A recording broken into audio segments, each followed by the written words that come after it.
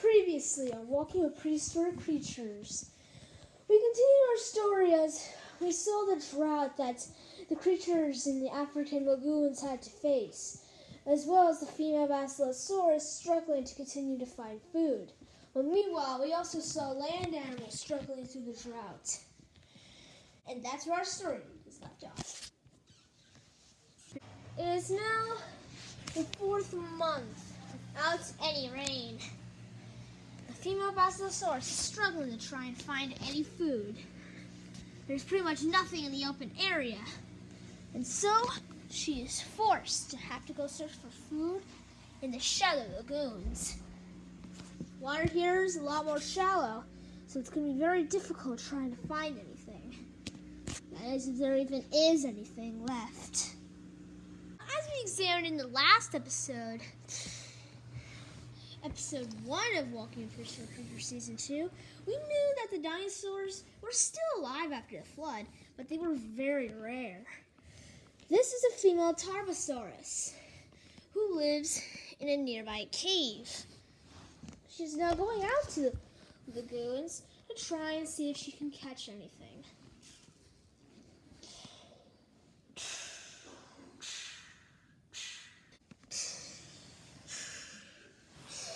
It is very hard hunting.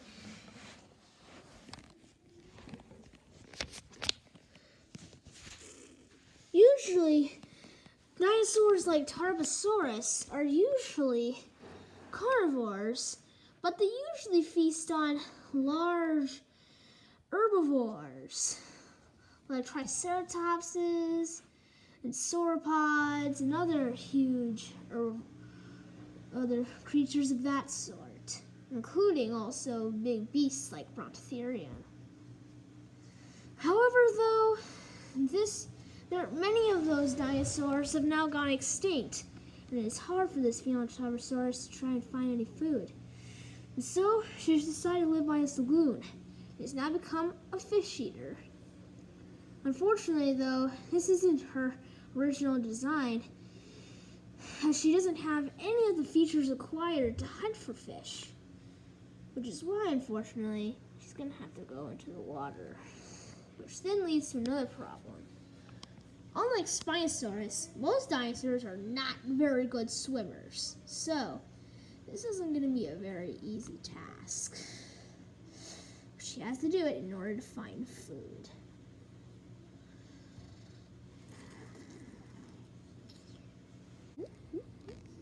So far, it is very hard trying to search for anything. And so far, she's found nothing. Also, she has to keep her head above the water, otherwise she might drown. And then that's where the problem comes in. Suddenly out of nowhere, a shark ends up biting the Tarbosaurus' foot.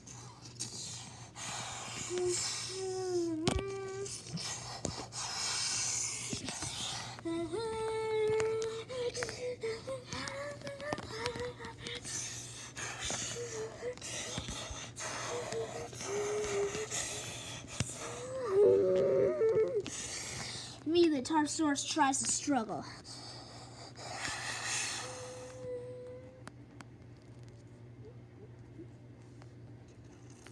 Surprisingly, the shark was able to kill the Tarbosaurus. Since she is not built for aquatic life, she was an easy target. And he got a lot of food out of it. There are other strange creatures that live in the lagoon. This is Maratherium. These are kind of hippopotamus-like creatures, except though they're a little more different. First of all, they're a lot more bigger than hippos, and their mouths are very unique. His nose and upper jaw are combined into one, making sort of an interesting like trunk similar to an elephant's. It is a very bizarre creature. These are pretty much like the king of the lagoons, especially whenever he's too big for the predators to feast on, like this shark, who has had his full anyway and is now leaving. However, though, what the Maratherium does not know about is that female Basilosaurus is now in the lagoons.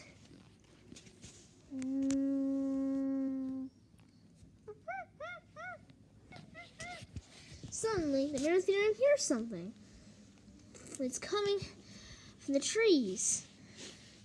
It's a group of monkeys warning him of the incoming Basilosaurus. However, though, this Maratherium does not know exactly what the danger is, but assumes it's perhaps another crocodile or shark, which are both way too small to try and deal with him. So he continues feeding on seagrass, their favorite food, and not knowing that a Basilosaurus is about to hunt the Maratherium. And then the Maratherium notices and swims for his life.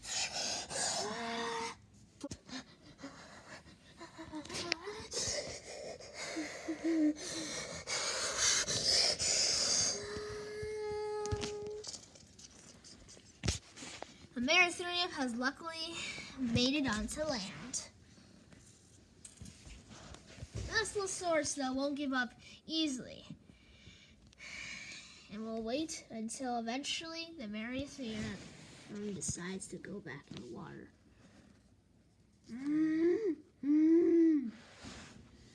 Another problem is that ground usually doesn't last very long in the lagoons, for eventually the high tides end up coming in. And this is usually whenever the water begins to rise. And in just a few hours, any land gets covered up entirely with water. You probably don't know. If you haven't realized it yet, this has been a few hours later. The Maratherium is starting to get nervous with the water rising now up to touching his belly. It's only a matter of time before the Basilosaurus can finally strike. However, though, given the fact that she hasn't eaten in months, she's starting to grow very hungry. Soon, she'll starve to death, let alone her own baby. And so, because of hunger, she begins to get impatient and decides to go for a strike.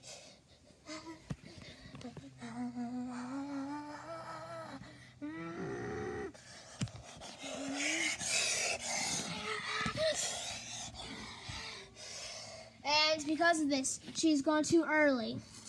For being such a big creature, she's been stranded on the shallow shore. She is now stuck. While this happens, Maratherium quickly dives into deeper water and escapes.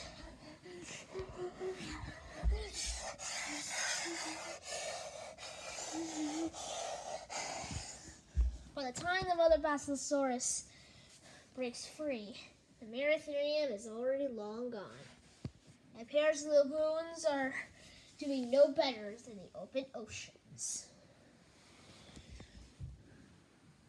And then after a few months, the rain comes back.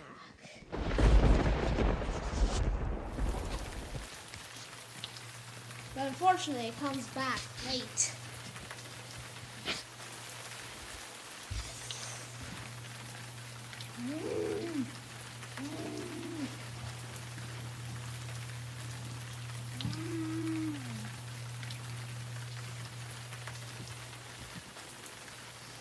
Instead of lasting for a month, it only lasts for just a few weeks. and the rain is already gone. However, though, this did give enough rain to revive the shrublands, giving much food to both herbivores and carnivores.